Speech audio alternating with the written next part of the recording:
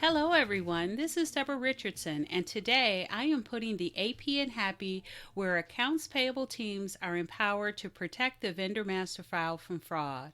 This podcast will give a voice to accounts payable team members by talking about the growing reality of cyber attacks in their world and which vendor setup and vendor management techniques they can apply to protect the vendor master file from fraud. Need training? Visit the Vendor Process Training Center to enroll in your choice of weekly live and on demand training sessions. Plus, get access to vendor setup form templates and reference tools that will help you and your team avoid fraud, fines, and bad vendor data. So, sign up for a free account to get access to free training sessions, vendor process FAQs, and a resource library with information you need to manage your vendor master file. Visit training.debrarrichardson.com today. The link will be in the show notes. Remember that 25.6 million successful payment to fraudsters? Well, of course you do, because it seems like every media outlet and all the companies you subscribe to, like mine, reported it as well, and maybe even did some type of a content article or post or podcast on it and sent it to you in their subscriber email, like again, I do.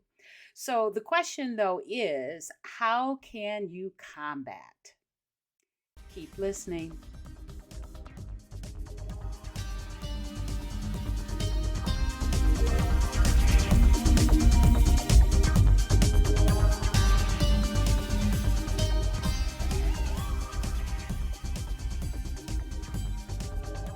Welcome to episode 278. Discover deepfakes on video conferencing with authentication.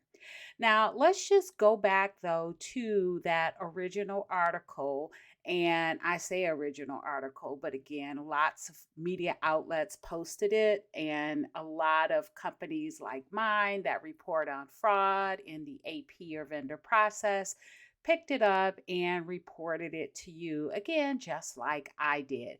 But going back to that original event, and let me see who I posted it from. So I posted it from a CNN article that was titled "Finance Worker Pays Out 25 Million After Video Call with Deepfake." And this is in air quotes or quotes, Chief Financial Officer. All right, so I will put a link to that article or post from CNN in the show notes. But basically, what it says about the event is that the worker suspected that an email they received was a phishing email because it talked about the need for a secret transaction. So that will cause anyone, right, to be suspicious about it. And you got to wonder if that was the whole point of the email, because at that point, the worker is thinking is prime for the next level of the fraud, which is, hey, jump on this conference call with us. And you gotta think that if that happened to you, that might make it seem more legitimate. And that's exactly what happened, because the worker, they said, put aside his doubts because one, they were jumping on the video call, and two, everybody that was there looked and sounded just like the colleagues he recognized. And so that transfer, that payment was made. One other thing I wanted to point out about that deep fake video on a conference call or a video call is that I have heard and I've reported in my on a couple of my vendor master file YouTube videos where I give tips every week. I've reported that using the video conferencing platform, whichever one you use, right, has been an option for accounts payable and vendor teams to make that confirmation call to non-US vendors who can't just pick up the phone and call. And I'm not quite sure why that is an issue, but apparently with some vendors it is. And so uh, changing that confirmation call from a phone call to a conference platform call where it's also, you turn on your video, that is the resolution to it. And I don't know if that's where the fraudsters got the idea from or not, but there are your colleagues out there that are using the video conferencing platforms as that confirmation call. And so this one is just proof now that what we already know, fraud is always evolving. So the big question is how can you avoid it? Well, I kind of went down a rabbit hole about how your teams or your IT or security teams can protect you from that type of a fraud. And what I found was liveness detection.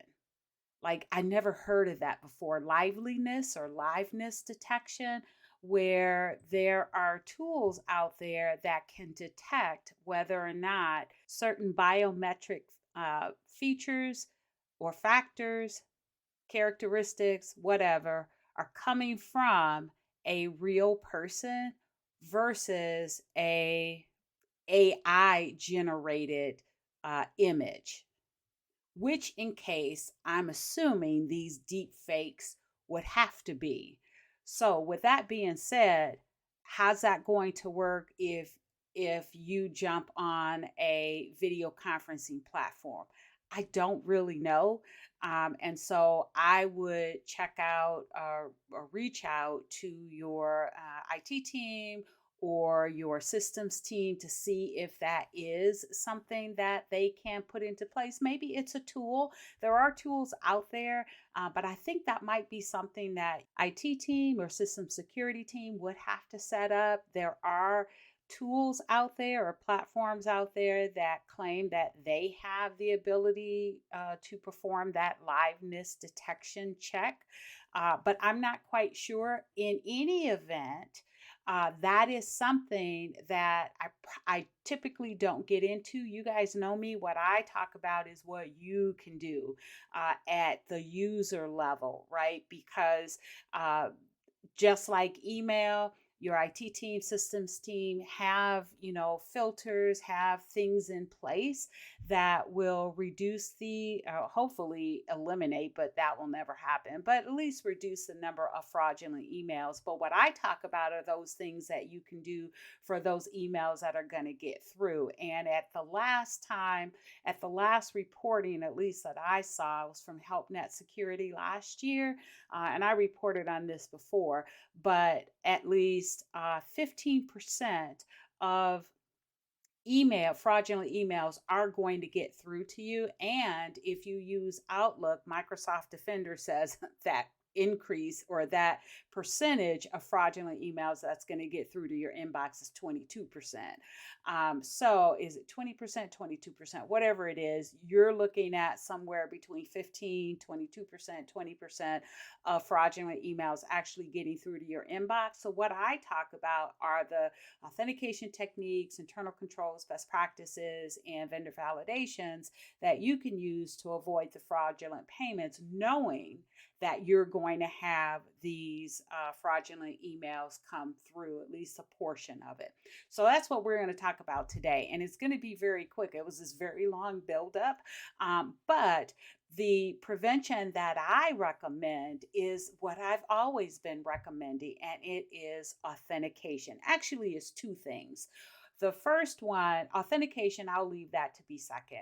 The first one is something that I reported on back in 2022, I think it was. And I have a Vendor Master File tip of the week on it, and I'll link that in the show notes. But it's basically a gesture uh, from the or that the FBI recommends. And this was back in, I think, June of 2022 or 2021, whenever they came out and said that deep fakes were here. It's not, oh, I know what it was. Instead of business email compromise, now it was business identity compromise. And so they talked about how these deep fake videos, right, are out there and they're not where they need to be yet, but they're getting there. And now I think in 2024, when this is being podcast episode is being recorded, we're probably there. And so the FBI recommended that you asked for a gesture to be done. And I know that's very awkward, right? If you are on a phone call or a video call with, especially with your chief financial officer or other C suite, asking them to do a gesture is probably a little intimidating. But guess what? It is absolutely necessary, as we have seen from this $25.6 million loss. So ask them to do a gesture that when they do the gesture, the FBI says that it will reveal, right, some awkwardness in that AI generated video. And so their suggestion was have them turn their head and cough while they put their hand in front of their face. Now, I wouldn't use that one because right now, because I said it, and I probably said it before too, every, fraudster out there is trying to code for or solve for, having that gesture look natural. And so make sure you use some different type of gesture and also kind of vary it up. And if you think about it, that's kind of authentication too. Now that I say that, because you don't want to ask for the same gesture, right? You want to ask for a different gesture. So have different sets of gestures that you can ask that other person, be it your actual leaders or colleagues or fraudsters, to do, so that you can see if that gesture looks natural or if it appears to be not natural and it's a little awkward because it does look like an AI generated video.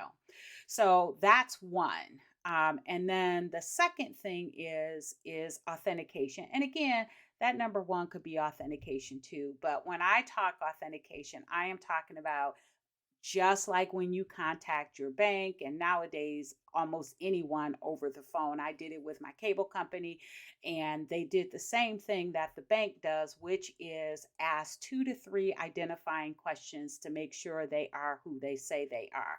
Now, this can be a little awkward if you are on a video call with multiple people, like this victim was, that finance worker was, but you can do it via chat, right? Because when you do chats, you can have chats go to one specific person. It doesn't have to go to everyone. So send a chat to a specific person and ask them some type of a identifying question or two to make sure they are who they say they are. And again, I recognize that this can be a little awkward if you're on a video conference call with a lot of people or with folks that are above your pay grade.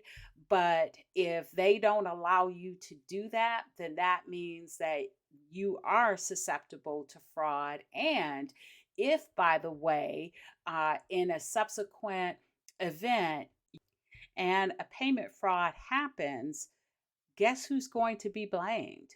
Right? And so, in that type of environment, that's what happens because unfortunately, you have a lot of leaders out there that still think everything is common sense. And if you are asking them to do something on a video conferencing call because you're trying to avoid fraud and you get pushback on it, that's probably that attitude happening at your company, and that's really not a good thing. So I think that's something that all companies need to look at, especially leadership, to make sure that they are protecting their workers and that they support those techniques, whatever it is that they do, that one, doesn't cost anything, and two, who cares if you're asking for that because it's helping that company. And so if you get pushback on that, I would really try to work with leadership to make sure that they understand the newest fraud trends out there and exactly how you and your team are trying to avoid them.